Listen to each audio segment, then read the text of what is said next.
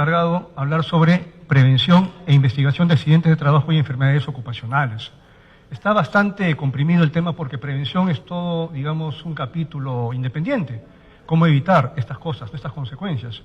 Y lo otro es ya la investigación, cuando ocurren hechos lamentables como accidentes o enfermedades, que en este caso, digamos, hay que ver quién es el responsable y evitar que se vuelva a ocurrir. ¿Bien? Entonces, acá, bueno, tengo básicamente algunos puntos que vamos a tratar el día de hoy, algo muy rápido, muy sencillo, pero va a servir para poder tomarlo como referencia. Cuando hablamos de accidentes de trabajo y enfermedades ocupacionales en el Perú, por lo menos, tenemos estas normas legales como referencia, como estándares. La Ley de Seguridad, su reglamento, la norma que habla sobre, digamos, los protocolos de los exámenes médicos ocupacionales, y por ahí la Resolución Ministerial 480 del MINSA, que hasta la fecha es el único listado de enfermedades profesionales del país. Bien, estas normas son las que nos van a servir para poder hablar sobre accidentes y enfermedades. ¿Hay mucho más? Sí, hay mucho más. Porque si queremos hablar de enfermedades ocupacionales en el mundo, esto va a quedar totalmente insuficiente. Y como ya vamos a darnos cuenta, cuando entremos en la parte técnica, vamos a necesitar desarrollar de repente competencias que las normas legales no nos aclaran. A manera de introducción, la seguridad y salud en trabajo pasa por un tema, digamos, evolutivo. Inicialmente se veía como un tema industrial, relacionado a las condiciones de trabajo, relacionado de repente por ahí a la señalización, a los EPPs, etcétera, etcétera. Pero lo que les estoy presentando acá es un lugar de trabajo, informal de repente, donde vemos que se desarrolla un proceso productivo y estas personas están expuestas a muchas condiciones del ambiente que probablemente no sean seguras. La pregunta es cómo sabemos si esto es seguro o no es seguro. Entramos a tallar que tenemos que compararlo con algo, con alguna referencia. En el sector de ustedes, y cuando justamente preparaba las diapositivas para compartirles, comencé a investigar más sobre el proceso. Yo conozco el tema de seguridad en el trabajo, pero cuando hablamos de energía es algo enorme. Tenemos instalaciones petroleras en el mar, tenemos de repente en la selva, tenemos tuberías, tenemos por ahí plantas de producción, de procesamiento de energía, de gas, de petróleo y otros más. Tenemos producción, tenemos transporte, etcétera, etcétera, etcétera. Y tengo entendido que todos ustedes que forman, digamos, que representan a diferentes sindicatos, están relacionados a empresas en diferentes etapas de estos procesos productivos. ¿Muy bien? Entonces, ya con solamente ver la magnitud del proceso que desarrollan ustedes, ya me voy imaginando, y es así que esto tiene que ser bastante técnico, bastante técnico. Bien, pasamos ahora a ver algunos conceptos que tenemos que manejar. El concepto, digamos, son extraídos de la normativa, son, digamos, el lenguaje común que vamos a de repente utilizar para poder enfocarnos en los accidentes y enfermedades ocupacionales. El concepto de factores de riesgo ocupacionales son agentes de naturaleza física, química, biológica, o aquellas resultantes de la interacción entre el trabajador y su ambiente laboral, tanto como los psicológicos y ergonómicos. Aquí ya entramos al área de un tema psicosocial, que probablemente eso en el país no está muy desarrollado.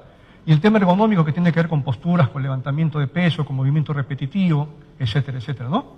Y todo esto, que puede ser condiciones del trabajo, ambientales de la persona, pueden causar daño a la salud.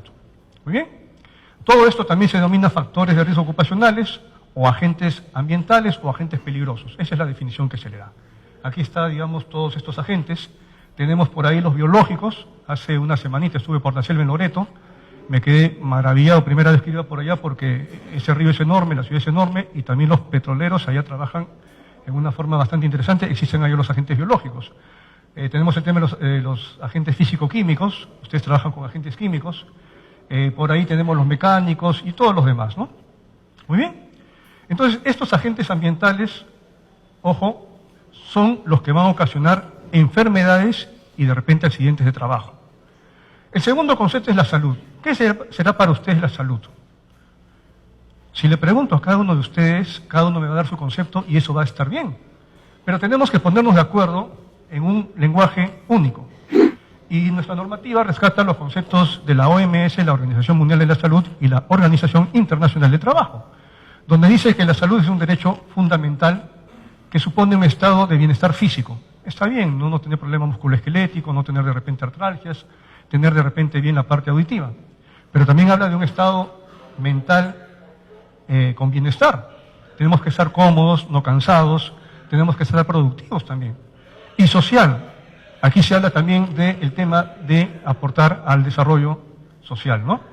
No meramente la ausencia de la enfermedad o incapacidad.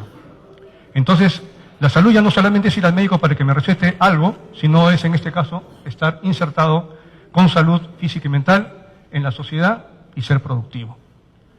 Y esto, digamos, de salud, ¿no? Es básicamente lo que yo... la salud y la seguridad en el trabajo es una prolongación del derecho de la libertad de las personas.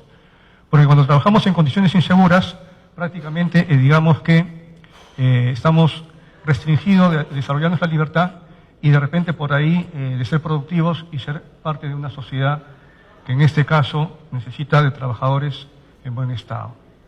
El otro concepto es el de accidente de trabajo. Este concepto describe que accidente de trabajo es todo suceso repentino que sobrevenga por causa. Muy bien, se rompió un andamio, de repente por ahí una explosión, de repente por ahí una volcadura, o con ocasión del trabajo. Yo estuve en las instalaciones, dentro de mi jornada, de repente, digamos, en una zona común, no productiva, y me ocurre algo, ya sería un accidente de trabajo, entre otras cosas. Y que produzca en el trabajador una lesión orgánica, una perturbación funcional, un desmayo, un mareo, un desvanecimiento, problemas digestivos, etcétera, ¿no? Una invalidez o la muerte en el peor de los casos. Y también ese accidente de trabajo es aquel que ocurre bajo órdenes del empleador durante la ejecución de la jornada, independientemente del lugar y de la hora. Muy bien, ese es el concepto de la norma legal. Muy bien, ese es el concepto de accidente de trabajo. Luego tenemos el concepto de enfermedad profesional u ocupacional. A nivel mundial, estos conceptos pueden ser diferentes, sin embargo, es el mismo. Porque enfermedad profesional u ocupacional son las derivadas de las actividades productivas. La única diferencia es que las profesionales están en un listado aprobado por la legislación de un país y las ocupacionales son aquellas que se pueda demostrar una relación de causa y efecto. Muy bien. Entonces, una enfermedad profesional o ocupacional es la enfermedad contraída como resultado de la exposición a esos factores de riesgo relacionados al trabajo, esos que vimos al inicio de la presentación. Muy bien, yo estoy expuesto a factores de riesgo, ¿me ocasiona una enfermedad? Sí, ese es básicamente el concepto. Y acá tenemos algunas, por ejemplo, ¿no? A nivel de espalda, el túnel carpiano y otras cosas más. Muy bien, entonces, manejando o de repente teniendo presentes esos conceptos, podemos hablar ya sobre lo que es prevención. Y la prevención es evitar que estos accidentes y enfermedades ocurran. Nada más, ¿no? Evitar que ocurran estos accidentes y enfermedades. En nuestra legislación, en el país, la Ley de Seguridad y Salud en el Trabajo maneja conceptos bastante interesantes sobre lo que es el sistema de gestión de seguridad y salud en el trabajo. Muy bien. Esta norma dice que los sistemas de gestión de seguridad y salud en el trabajo tienen todo un componente de mejora continua, donde yo planifico primero, luego hago las actividades que he planificado, verifico el avance, la evolución, y luego sobre eso actúo. Si está bien, continúo con una supervisión, y si hay de repente cosas que corregir, corrijo. Y constantemente voy haciendo una retroalimentación. Acá entra a tallar lo que se ha hablado en la mañana. Comité de seguridad, investigación de accidentes e incidentes, quién es el responsable de del planeamiento, etcétera, etcétera. Entonces yo tengo que estar de repente ya manejando, digamos, todo este círculo de mejora continua si quiero hacer seguridad y salud en trabajo, tanto como representante de la empresa, como representante de los trabajadores. La Ley de Seguridad y Salud en Trabajo conceptualiza, ¿no?, lo que es el sistema de gestión de seguridad y salud en trabajo como un conjunto de elementos interrelacionados o interactivos que tienen por objeto establecer una política, que nadie se accidente, que tengamos prevención de riesgos laborales, etcétera, ¿no? Cero siniestralidad, lo que sea. Objetivos de seguridad y salud en trabajo, en un periodo, por ejemplo, ¿no? Una evolución continua de mejora, por ahí cambiar estándares, por ahí mejorar la tecnología, menor siniestralidad. Mecanismos y acciones necesarias para alcanzar dichos objetivos. Es tener los recursos, las herramientas, el personal idóneo, ¿sí? Estando íntimamente relacionado con el concepto de responsabilidad social empresarial. Ya se manejan conceptos administrativos. O sea que la empresa va a cumplir un rol social y de repente, de la mano con el Estado, ¿no?, con un fin, en este caso, insertar la seguridad y salud en el trabajo para evitar de repente lesiones o enfermedades en los trabajadores a mediano y largo plazo. en el orden de crear conciencia sobre el ofrecimiento de buenas condiciones laborales de los trabajadores, mejorando de este modo su calidad de vida y promoviendo la competitividad de los empleadores en el mercado. Miren, la Ley de Seguridad y Salud en el Trabajo también está dirigida a mejorar la competitividad de los empleadores. Doctor, ¿y usted qué nos está presentando con todo esto? Hasta el momento estoy presentando conceptos ligados a ciertas, de repente, doctrinas o ligados a ciertos conocimientos específicos de ingeniería, de administración, de seguridad y salud en el trabajo, de salud, que el que hace seguridad y salud en el trabajo tiene la obligación de, por lo menos, en este caso, manejar. Muy bien. Esto es, digamos, una representación del sistema de gestión de seguridad y salud en el trabajo, y miren cada una de las partes que tiene el sistema de gestión de seguridad y salud en el trabajo. Como inspector de trabajo, inspector auxiliar hasta el momento, yo, digamos, visito las empresas y todo el mundo me habla de comité de seguridad, comité de seguridad, comité de seguridad. Por ahí me hablan de registros, por ahí me hablan de reglamento, y eso está bien. Y las demás herramientas, nadie me habla de indicadores, nadie me habla de programas, nadie me habla en este caso de mecanismos de comunicación interna y externa, nadie me habla de mejora continua. Y el que hace seguridad y salud en el trabajo tiene la obligación de manejar todas esas herramientas, porque todas esas herramientas forman parte del sistema de gestión de seguridad y salud en el trabajo que la normativa actual obliga. Pregunto, ¿quiénes manejan el tema de auditorías internas en sus empresas o conocen de repente los conceptos básicos sobre auditorías internas de los presentes? Levanten la mano, por favor. ¿Quiénes manejan de repente por ahí, digamos, el tema de esto de evaluación inicial del sistema de gestión de seguridad y salud en el trabajo? Lo del IPER, el IPER es una herramienta. Es una herramienta que puede ser utilizada como parte de esta evaluación inicial. Pero hacer un IPER no es esta evaluación inicial del sistema de gestión de seguridad y salud en el trabajo.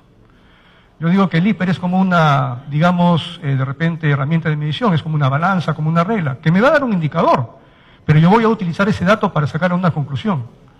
¿Sí? Sin embargo, lo que es evaluación inicial del sistema de gestión es un diagnóstico, es un informe técnico que me dice todas las fortalezas, debilidades, las deficiencias, con lo que cuento y el estado de la tecnología en seguridad y salud en el trabajo, que yo puedo aplicar la mejora continua.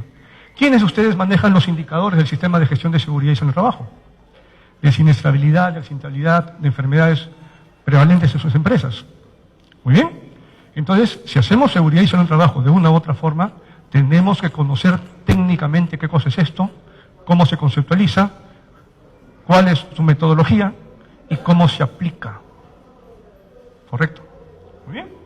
Porque si no hacemos eso, cuando lleguemos a la parte de accidentes y enfermedades, nos van a sacar la vuelta.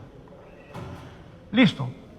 Entonces, vamos a hablar ahora de prevención de riesgos laborales. Y la prevención de riesgos laborales es un encanto porque todo eso está en la norma. Ustedes revisan la norma y la norma dice que tienen que prevenir, prevenir, prevenir. El empleador se encarga de implementar herramientas, dar las facilidades y todo lo demás. Tanto es así que tenemos acá el principio de prevención.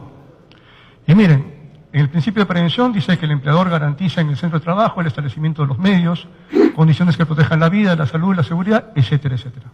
O sea que el empleador es el encargado de prevenir. ¿Está bien? Es su obligación de él. Nos vamos al artículo 17 y nos habla del sistema de gestión de seguridad y salud en el trabajo, ¿no? Y acá dice que el empleador adopta el enfoque del sistema de gestión de seguridad y salud en el trabajo conforme a los instrumentos y directrices internacionales de la OIT y todas las demás. Muy bien. Entonces, hace prevención y aplica normativa internacional, no la que se nos ocurra a nosotros, sino estándares aprobados inclusive por metodología científica. Nos vamos al artículo 21 y aquí ya nos habla de lo que es las medidas de prevención, que son los 5 niveles. El primero es la eliminación de los peligros y riesgos en su origen. Si la fábrica produce humo y esto contamina el ambiente o puede ocasionar daño a los trabajadores, desarrollar estrategias de ingeniería para que en este caso la fábrica pues produzca menos humo o menos humo tóxico. ¿Quién va a hacer esto? ¿Quién se encarga de hacer esta corrección de ingeniería? ¿El médico, el abogado, el administrador? ¿Quién se encarga? Tiene que ser un ingeniero o gente ligada pues a los temas de ingeniería. Y de repente por acá un ingeniero industrial y de repente por acá uno de construcción civil, ¿no? porque es colocación de barandas, conforme la G050, para una abertura. Muy bien. Luego, la segunda etapa es el tratamiento, control o aislamiento de los peligros y riesgos. Y en este caso, por ejemplo aquí, producción de humos, han colocado un extractor de humos. Se tiene que trabajar con esto. Esto no va a cambiar.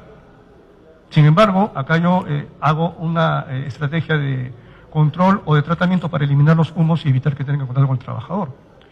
Y acá de repente colocar un mecanismo, un dispositivo de seguridad para poder aislar las manos del trabajador de la parte mecánica móvil, ¿no? Evitar que entre en contacto con la parte mecánica móvil. O de repente por ahí implementar un procedimiento de trabajo, cómo levantar la carga, etcétera. Entonces, cuando me hablan de control, de tratamiento, de aislamiento, yo ya estoy aplicando la medida. No estoy eliminando el peligro, pero sí lo estoy tratando técnicamente. Técnicamente. Y yo les pregunto, me acaban de informar que esta persona se mutiló los dedos. ¿Qué creen que puede haber pasado desde el punto de vista de ingeniería? ¿Falló o no falló esto? Estamos investigando accidentes. ¿Sí?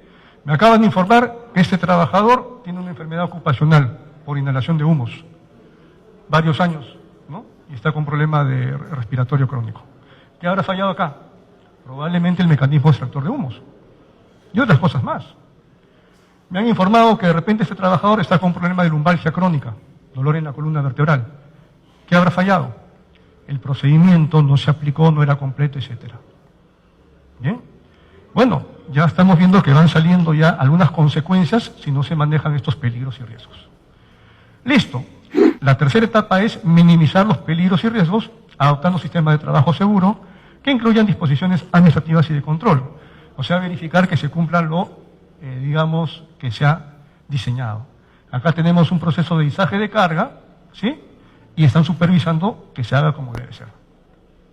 ¿Correcto? ¿Sí?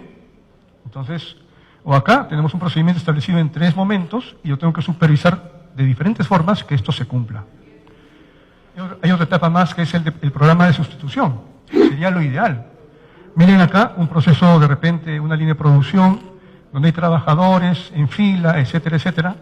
Lo ideal sería sustituir por un procedimiento de trabajo que no exponga a los trabajadores. Acá estoy poniendo algo exagerado, ¿no? Que es la automatización. Pero bueno, hablamos de repente de sustituir sustancias químicas o de repente lugares de trabajo o procedimientos más peligrosos. Y finalmente, si ya no puedo yo de repente desarrollar las estrategias antes mencionadas, ya yo utilizo los equipos de protección personal. Está garantizado que si yo implemento mi sistema de gestión de seguridad y salud en un trabajo y, en este caso, manejo estas medidas de prevención y protección, los trabajadores no se van a accidentar, no se van a enfermar, van a ser productivos. Pero tengo que manejar todo ese componente técnico. Listo. Entonces, ahora recién podemos hablar sobre investigación de accidentes de trabajo en primer lugar. ¿Sí? Investigación de accidentes que son lesiones, digamos, o la muerte de los trabajadores cuando falla todo lo que anteriormente hemos mencionado. De acuerdo a nuestra normativa, en la Ley de Seguridad, el artículo 42 define lo siguiente: la investigación de los accidentes, enfermedades e incidentes relacionados con el trabajo y sus efectos en la seguridad y salud permite identificar los factores de riesgo de la organización. ¿Qué pasó con la empresa? Lo segundo, las causas. Hablan de causas inmediatas y de causas básicas. Pero esto hay que tomarlo con pinzas. Y ya vamos a ver por qué. Causas inmediatas y causas básicas, con pinzas, ¿no? Y cualquier diferencia del sistema de gestión de seguridad y salud en el trabajo para la planificación de acción correctiva pertinente. Yo tengo que identificar, regreso aquí, qué cosa falló, qué cosa falló, qué cosa falló para corregir eso. O sea, acá yo no tengo que pelearme con nadie. Yo tengo que ser técnico y desarrollar mi instinto y saber qué estándar no se cumplió, para poder decir, esto es lo que falló, hay que corregirlo. Si es responsabilidad, asumirán su responsabilidad. Si de repente por ahí viene el tema de una indemnización por un accidente o una enfermedad, eso también se va a dar. Pero partimos de que yo tengo que ser técnico. Yo tengo que ser técnico acá. Listo. Como eso es la definición de la investigación de los accidentes y enfermedades ocupacionales y de los incidentes peligrosos, Acá tenemos otro concepto, ¿no? El de investigación del accidente e incidente. Ya nos estamos enfocando solamente a los accidentes e incidentes. Es el proceso de identificación de los factores, elementos y circunstancias y puntos críticos que concurren para causar los accidentes e incidentes. La finalidad es revelar esto de acá, la red de causalidad, y de ese modo permite al empleador tomar la acción correctiva. La red de causalidad. ¿Y de dónde han sacado eso de red de causalidad? Nuestra norma, ¿de dónde ha sacado eso de red de causalidad? ¿A quién se le ocurrió? ¿De dónde lo copiaron? Muy bien, porque si seguimos desarrollando la normativa, nuestra norma, en el glosario de términos, cuando habla de causas de accidente, habla de las causas. Ojo con lo que voy a decir, por favor, miren. Dice, las causas de los accidentes básicamente se agrupan en estos tres tipos. Las faltas de control, las causas básicas, donde están los factores personales y de trabajo, y luego las causas inmediatas, donde están las condiciones y los datos subestándares. Y eso, digamos, nos da una visión, si fue por responsabilidad de la empresa o del trabajador, y de repente por ahí establecida la causa inmediata, luego viene la causa básica, ¿no? Como dijo el doctor Estenosen antes, ¿no? El hecho de que el trabajador no haya utilizado un guante, digamos, adecuado para su biotipo, no es culpa del trabajador. Hay que ver la causa básica. ¿Quién es el encargado, en este caso, de la compra, o de proveer, o de la biometría, etcétera, etcétera? ¿Bien? Hay causas básicas y causas inmediatas.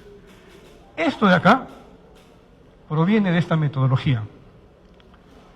Proviene de esta metodología. La famosa metodología de Frank Beer sobre el control y la causalidad de las pérdidas. ¿Sí?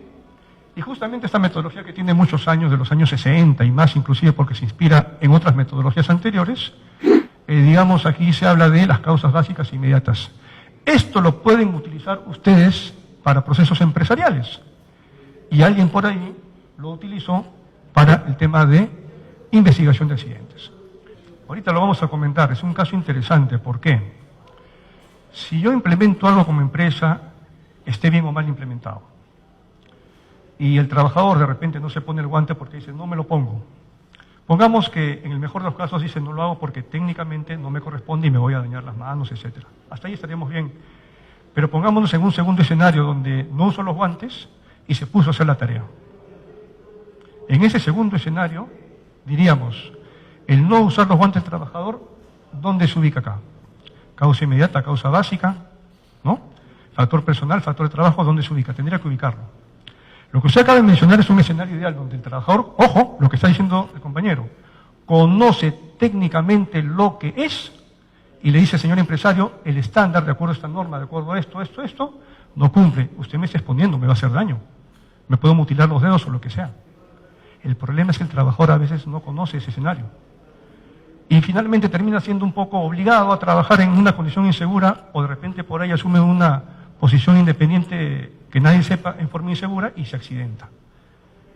Entonces, es una reflexión interesante porque tanto trabajadores como representantes tenemos que conocer técnicamente con lo que trabajamos. Por favor. Ver el mecanismo. Técnicamente, ustedes tienen las cartas en su control. Y yo agradezco ese análisis, porque a eso quiero llegar. Tengo que ser técnico. No tengo que ser filosófico, no tengo que ser de repente por ahí interpretar, en este caso, lo que el sentido común no. Tengo que ser técnico. Esa es como una ecuación de matemáticas. Tengo que manejar esta ecuación. ¿Sí? Ahorita continuamos, ahorita vamos a llegar de repente a esa reflexión. Esto de Frank Beer es una metodología que nuestra norma ha absorbido, pero lo ha absorbido de repente en parte. Porque dice, tienen que identificar, retrocedo aquí, causas. Oiga, ¿y dónde se menciona que es la metodología de control de pérdidas? Para de repente por ahí yo investigar un poquito más qué variables son las que tengo que utilizar. No lo menciona. Y se va de frente, oiga, tiene que darme los resultados de la ecuación. Ay, ¿cuál ecuación? La cosa un poco que no está tan clara, ¿no? Pero bueno, en lo que es accidentes, aquí les presento la metodología de Frank Beer, varios de ustedes ya la habían conocido, y aquí habla de causas. Pero no es la única, porque aquí tenemos otra metodología. Esta es la metodología del árbol de causas. No lo dice nuestra legislación, no lo obliga. Nosotros los inspectores no presentamos causalidad con método de árbol de causas. Presentamos con la metodología que hablé anteriormente. Pero también podría utilizar esta metodología para llegar a ver, en este caso, causas de los accidentes. Un ejemplo, acá tenemos una lesión grave del conductor que puede ser de repente un traumatismo encefalocraniano, una fractura o la muerte. Esto se dio porque el camión choca contra un muro. Esto se dio porque no responden los frenos en su totalidad. Y de ahí se abre un árbol con diferentes ramas. ¿Por qué no responden los frenos? Porque hubo una pendiente pronunciada. ¿Y por qué se dio esto? Porque hubo cambio de itinerario o porque de repente hubo mal tiempo. ¿Qué fue lo que pasó para que se dé la fuerte pendiente? Lo otro, los frenos en mal estado. ¿Qué falló acá? Falta de revisión del camión, ¿no? El camión habitual estaba averiado. ¿Qué cosa pasó? Y yo voy disgregando cada vez más y más y voy a llegar a las causas y cada una de ellas tiene que ser corregida. ¿Muy bien? O de repente por ahí había una sobrecarga del camión. ¿Se acuerdan de ese bus que se cayó con un montón de pasajeros allá en el Cerro San Cristóbal, no? Estaba sobrecargado. Y yo me subí a un peque allá en la selva la semana pasada y si tenían que entrar 10 personas en la lancha pusieron 18 personas. Y la lancha estaba así que se movía. Muy bien. Entonces, yo voy utilizando metodologías. Esta de acá es un documento técnico del Instituto Nacional de Seguridad e Higiene en el Trabajo de España, ¿no? Que también lo puedo utilizar. ¿Ustedes pueden utilizar esta metodología? Sí. Y yo los invito a imprimir ese documento, revisarla, autocapacitarse, o por las organizaciones sindicales, ver cómo se utiliza para que ustedes puedan contrastar la información que los empleadores lleguen en sus investigaciones. Por favor, adelante.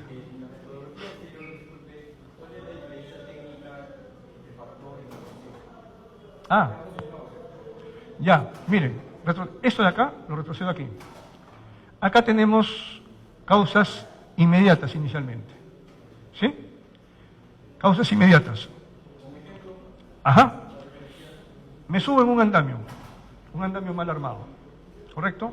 No lo han hecho conforme G050, no tiene barandas, etcétera. Ese andamio no tiene la resistencia adecuada. Me apoyo yo en una pseudo baranda, se rompe la baranda y me caigo. El hecho de caerme sería la causa inmediata.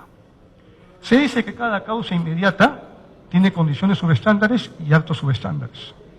Puede tener solamente uno de los dos, pero generalmente tiene las dos. La causa inmediata, la condición subestándar depende de la organización, de la instalación. ¿Por qué se rompió la baranda? Porque era una baranda débil probablemente, porque estaba mal armada, mal ensamblada, o porque de repente por ahí no cumplía ningún estándar en su diseño, etc. Lo segundo, de repente lo que es el acto subestándar, ¿no? Yo soy trabajador, la baranda está en buenas condiciones, pero yo sobreesfuerzo la baranda por alguna maniobra y rompo la baranda, ¿no? O de repente me desvío por una zona prohibida, donde había una baranda, pero el solo hecho de ingresar a la zona prohibida ya me expuso a entrar en una zona, en este caso, donde prácticamente el riesgo era mayor. Entonces, hay causas inmediatas de un hecho puntual que pueden ser por la empresa y puede ser por el trabajador. Ahora, los factores. Para cada condición subestándar se asocia un factor del trabajo. Y para cada acto subestándar se asocia un factor personal. ¿Sí? Vamos al ejemplo del guante que se puso el trabajador, ¿no? ¿Sí? Entonces, el acto subestándar, en el caso del guante, era no utilizar el guante, por mal que está de repente en ese caso inadecuado para el trabajador. La pregunta es, ese acto subestándar de que el trabajador, no se puso el guante, si queremos sacar con un factor personal, podríamos decir que el trabajador de repente era rebelde a las normas, o de repente por ahí no manejaba riesgos laborales y pensó que sin el guante era mejor su actividad, etcétera, ¿no? Entonces, o de repente por ahí, ¿no? Algún problema de salud, algún problema psicosocial personal, algo que lo haya motivado a apurarse o asumir este acto subestándar. Y en el caso del factor del trabajo, vamos al tema de que el guante era inadecuado La pregunta es, ¿y por qué tenía un guante inadecuado? Vamos a identificar el factor del trabajo.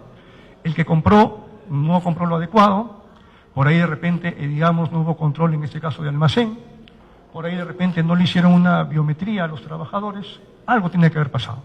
¿Bien? Entonces, esto es lo que inmediatamente ocurre con el accidente y tiene dos tipos de causas y los factores son las causas del por qué se dieron estas condiciones. Y es mucho más técnico. Imagínense la cantidad de accidentes que puedan haber visto ustedes en toda su experiencia y cada uno va a tener causas y factores. Avanzamos aquí, por favor. Avanzamos aquí. Les estaba presentando esta segunda metodología del árbol de causas. Probablemente va a dar una visión sobre causas de accidentes algo diferente a la metodología anterior. Porque la metodología anterior me habla de causas básicas y causas inmediatas. Y este me habla de múltiples causas. ¿Será la única? No. Acá tenemos otra más. El diagrama de Ichikawa. Y esto lo presentan como una espinita de pescado, ¿no? Bueno, tiene todo un antecedente este diagrama, pero para seguridad y salud en trabajo se agrupan las causas en 4 escenarios. Lo que va relacionado a las personas, al trabajador en sí, lo que va relacionado a los procedimientos o método de trabajo, lo que va relacionado a los materiales y lo que va relacionado al equipo, máquinas e instalaciones. Entonces, de cada una de estas yo voy buscando cuál deficiencia se fue presentando en cada uno de estos grupos. Y también lo presento como una múltiple causalidad. Ya tienen 3 metodologías. Nuestra norma solamente obliga a la primera. Y hay N metodologías que ustedes pueden utilizar. Es como utilizar un Tico, como utilizar un Volkswagen, como utilizar un Ferrari. Ustedes deciden. Pero ¿de qué dependerá? De que se capaciten y manejen estas metodologías. Muy bien. Entonces, y una vez que se identifiquen las causas, vienen las acciones correctivas y las recomendaciones y la planificación de su seguimiento y todo lo demás. Eso que acabo de mencionar ahora ya es pleito entre, digamos, el empresario y en este caso el comité y todos los responsables que simplemente lo que de esta información se deriva en cuanto a la investigación del accidente. Pasamos ahora a hablar sobre enfermedades ocupacionales. En el caso de enfermedades ocupacionales, olvídense de lo que he dicho en antes. En enfermedades ocupacionales, olvídense de las metodologías de investigación de causalidad y Chicago, olvídense de eso. Y ahí nuestra legislación también tiene una especie de interpretación que no nos favorece para la metodología de enfermedades ocupacionales. Porque en enfermedades ocupacionales yo tengo que manejar conceptos médicos, epidemiológicos y científicos. Nos vamos a la RM312 y en el numeral 6.2.2, eso resáltenlo por favor ahí, tenemos 3 conceptos. Concepto número 1 dice, las enfermedades relacionadas al trabajo pueden diagnosticarse tempranamente en el estado prepatogénico y otras cosas más. Entonces tenemos que saber qué cosa es el estado prepatogénico. Listo. ¿Quién maneja lo que es el estado prepatogénico? Lo segundo dice, el grado de exposición puede ser evaluado cuantitativamente a través de indicadores biológicos de exposición, o sea, exámenes, y evaluaciones ambientales, los famosos monitoreos. Bien, entonces ya tenemos un segundo dato. Hay que hacer exámenes médicos y hay que hacer monitoreos. Bien, y lo tercero dice, eso va a determinar un periodo en el cual no es detectable el comienzo de las alteraciones del huésped. O sea que hay un escenario donde yo no voy a poder saber si me estoy enfermando, sí lo hay. Y es esto de acá. Miren este triangulito. Nos habla de un huésped, o sea, del trabajador. Nos habla del agente causal, esos agentes ambientales que vimos al inicio. Y nos habla del ambiente, en este caso la empresa, las condiciones de trabajo. Y lo presento de mejor forma aquí. Aquí está. ¿Bien? Aquí están los 3 elementos, miren. Estado prepatogénico, ojo con esto. Aquí está el periodo prepatogénico. Bien, y acá ya viene el periodo patogénico, ya está la enfermedad. Periodo prepatogénico dice, hay un equilibrio entre el agente, el medio y el huésped. Es decir, yo estoy expuesto a ruido, pero como uso mis tapones, no pasa nada. Estoy expuesto a la radiación solar, pero como uso mi bloqueador, no pasa nada. Voy a levantar peso, pero como voy a utilizar una metodología, no esta de acá, sino esta de acá, no pasa nada. Hay un equilibrio. ¿Sí? O estoy en un hospital con un montón de enfermos, pero utilizo mis mascarillas, no pasa nada. El problema se da cuando este equilibrio se rompe y me falta la mascarilla, o yo por apurado, en vez de utilizar el método, lo hago de mala forma, o de repente por ahí en el caso del medio ambiente las condiciones se alteran, mucho polvo, no hay extractores, etcétera, etcétera. Y cuando se rompe el equilibrio, comienzan a aparecer daños en las personas. Van a aparecer daños, pero no los vamos a ver. Aparece la enfermedad, pero no se manifiesta. Y aquí es donde nos toman el pelo. Porque siempre, atención con lo que voy a decir, se comienza a hablar de enfermedad cuando ya estamos mal. Pero no consideramos que hay un periodo donde nos hemos estado exponiendo, hay daños y no hay síntomas. Y esto es algo que hay que difundirlo. Cuando ya aparece la enfermedad, eso se llama periodo patogénico y ahí ya yo estoy enfermo. Con descanso médico, por ahí de repente ya lesionado, inválido, lo que sea, ya estoy mal. ¿Qué habrá que hacer aquí? Solamente buscar al responsable nomás y evitar que otras personas se enfermen. Pero si yo trabajo aquí y acá, ahí sí hago prevención. ¿Bien? Porque el resultado será o bien la recuperación, o bien la cronicidad, o la invalidez, o la muerte ya. Murió después de 20 años de exposición con un cáncer pulmonar, se murió. Listo. Una reflexión para los sindicatos. Estos que son modelos de salud pública, también se debe utilizar en la salud ocupacional. Y la salud ocupacional es una rama de la salud pública. Existe un mecanismo que es el Consejo Nacional de Seguridad y Salud en Trabajo, que tienen que activarlo para que también se desarrollen estrategias de salud pública y se desarrolle el tema de salud ocupacional en el trabajo, con visión de salud pública. Listo. Como ya sabemos qué cosa es el periodo prepatogénico y el periodo patogénico, donde hay un periodo de síntomas y otro donde no aparecen síntomas, pero sí me estoy enfermando, entonces voy a ver lo que son los grupos de causas de enfermedades. Regreso a la RM312 y ahí me dice que hay 3 grupos de enfermedades ocupacionales. 3 grupos. Vamos a ver. Grupo número 1, enfermedades en el que las condiciones de trabajo es causa necesaria, típica de la enfermedad profesional. Hay ruido, me quedé sordo. Estoy en un hospital, me inyecto con una aguja, con hepatitis, me va a dar hepatitis, ¿no? Pero hay un segundo grupo también, que son enfermedades en las que el trabajo puede ser un factor de riesgo contributivo, pero no necesario. Por ejemplo, yo tengo una hipertensión arterial de fondo y se me activa con el estrés de mi trabajo. O de repente por ahí tengo un problema del aparato locomotor de varices en los miembros inferiores, tengo varices en los miembros inferiores y yo soy un vigilante. Mi enfermedad se me va a complicar más. O soy un docente de repente, ¿no? Se me va a complicar más, ¿no? Y luego tengo un tercer grupo de enfermedades ocupacionales, que son enfermedades en que las condiciones de trabajo es provocador de un disturbio latente o agravador de la enfermedad establecida en el trabajador. Por ejemplo, las enfermedades alérgicas, ¿no? De repente por ahí trabajar en una zona donde hay bastantes partículas ambientales, inhalables, respirables, a los demás trabajadores no les afecta, pero a un trabajador específicamente por predisposición genética sí le va a afectar. Entonces se activa esa enfermedad. Esto de acá, estos grupos de enfermedades tienen que ser necesariamente diagnosticados por un médico. Por un médico.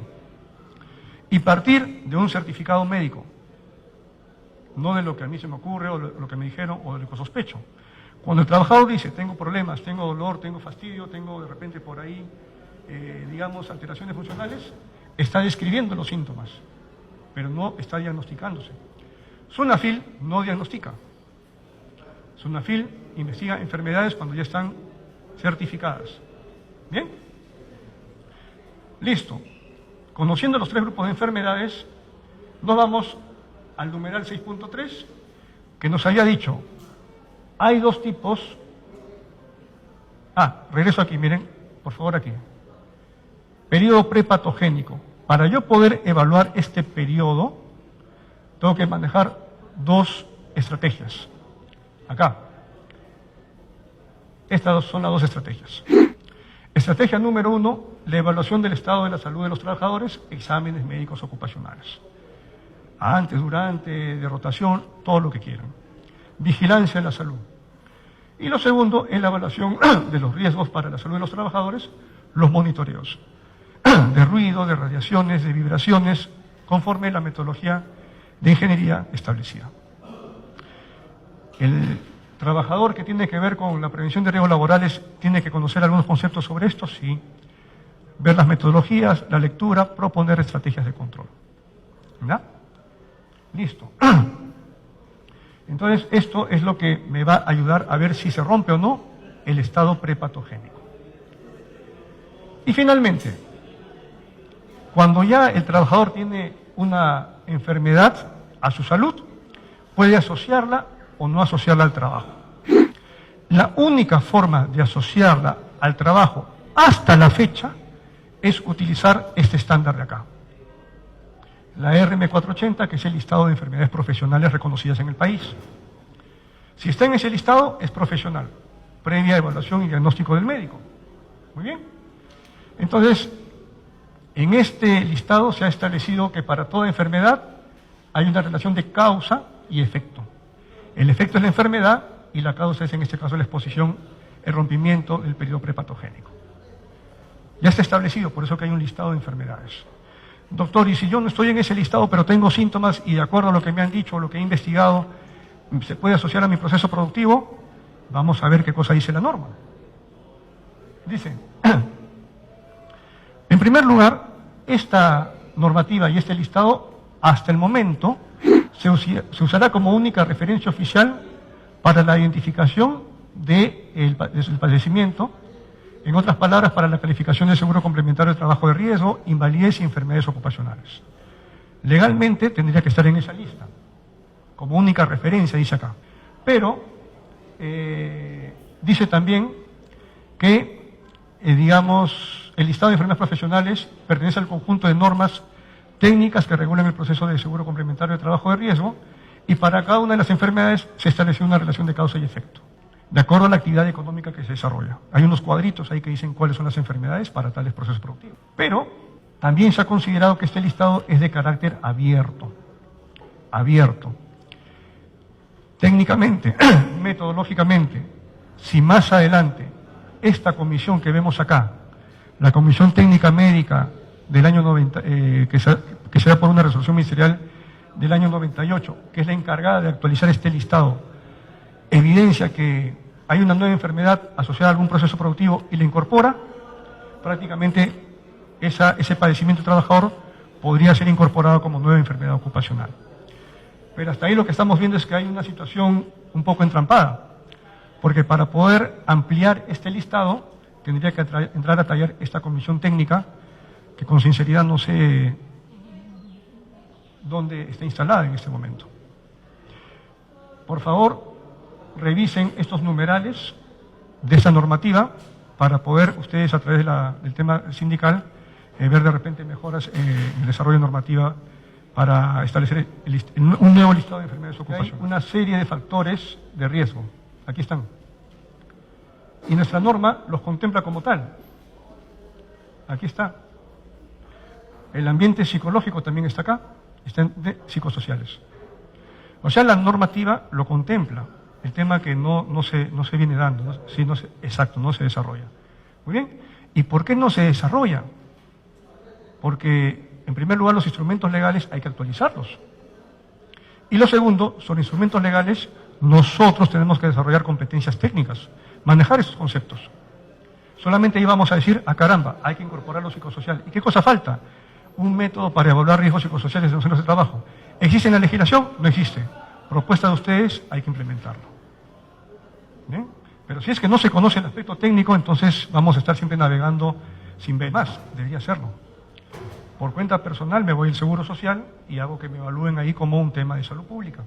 Oiga, mi columna vertebral tiene ese problemita, me evaluará el traumatólogo, el reumatólogo, etcétera, y va a haber documentos médicos. Con esos documentos médicos obtenidos en el Seguro Social, en el MINSA o en la parte privada, si se quiere, siempre de buena fe, en la parte privada, yo contrasto a ver si lo que el empleador me está dando va de la mano o es diferente.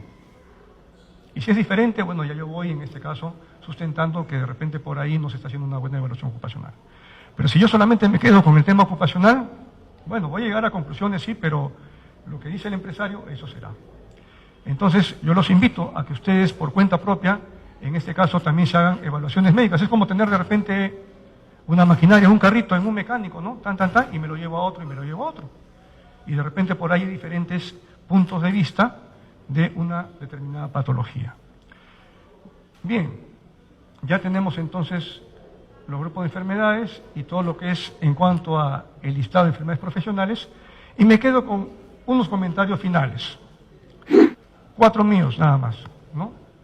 En primer lugar, a diferencia de los accidentes de trabajo, que no son hechos puntuales en tiempo y lugar, se rompió la pierna, se murió el trabajador, se quemó, eso es evidenciable, el cual es definido en cuanto a las causas. Aquí sí aplico yo metodologías para ver causalidades. Las enfermedades profesionales requieren una investigación más profunda y con ciertas condiciones. Es algo más técnico. Tiene que haber participación del área de vigilancia de la salud de las empresas. La Ley de Seguridad y Salud en el Trabajo habla de un servicio de seguridad y salud en el trabajo, cuya función es la vigilancia de la salud. La pregunta es, ¿esos servicios funcionan en sus empresas? Porque la Ley de Seguridad habla del Comité de Seguridad y del Servicio de Seguridad y Salud en el Trabajo, ¿no? A la fecha, esto no se viene desarrollando. Lo segundo, requiere participación del área encargada de prevención de riesgos laborales, o sea, los que se encargan de ver cuál es la parte técnica que ha fallado. Lo tercero es que requiere la verificación de los registros médicos, en otras palabras, autorización del trabajador. Enfermedades versus accidentes son cosas metodológicamente totalmente diferentes. Lo segundo, el objetivo de la investigación de los accidentes es establecer, en el caso de las enfermedades ocupacionales, es establecer una relación causa-efecto. Y eso tiene que ser dado por un profesional de la salud, ¿no? Lo otro, a nivel de las empresas, la investigación por una enfermedad profesional debe involucrar directamente al área de vigilancia de la salud de los trabajadores. Y tomar en cuenta todos los elementos prepatogénicos. Este concepto hay que desarrollarlo, cuyos indicadores van a salir de las acciones de vigilancia de la salud del trabajador. Evaluar médicamente y los monitoreos, ¿no? Y finalmente, a nivel de inspección del trabajo, la investigación por enfermedad profesional debe considerar como insumo principal el diagnóstico médico del trabajador afectado. Sería un error acudir a la inspección de trabajo para que la inspección de trabajo diga si es enfermedad ocupacional. Yo tengo que llevar el certificado o los documentos médicos que digan que hay lesión en el trabajador, y esto proporcionado por un profesional de la salud, ¿no? Y bueno, con la participación de las instituciones que se encargan de estas valoraciones, CEPRIT, CENSOPA, ESalud, comisiones médicas, etc. Si bien hay entidades que facultan a las empresas, los sindicatos también pueden desarrollar sus órganos consultores, ¿no? Su área de salud ocupacional que les asesore sobre estos temas para de repente tener una mejor visión y finalmente contrastarlo con las acciones de las empresas y ver si son las adecuadas. Les agradezco por su atención y bueno, muchas gracias por estar acá. Gracias.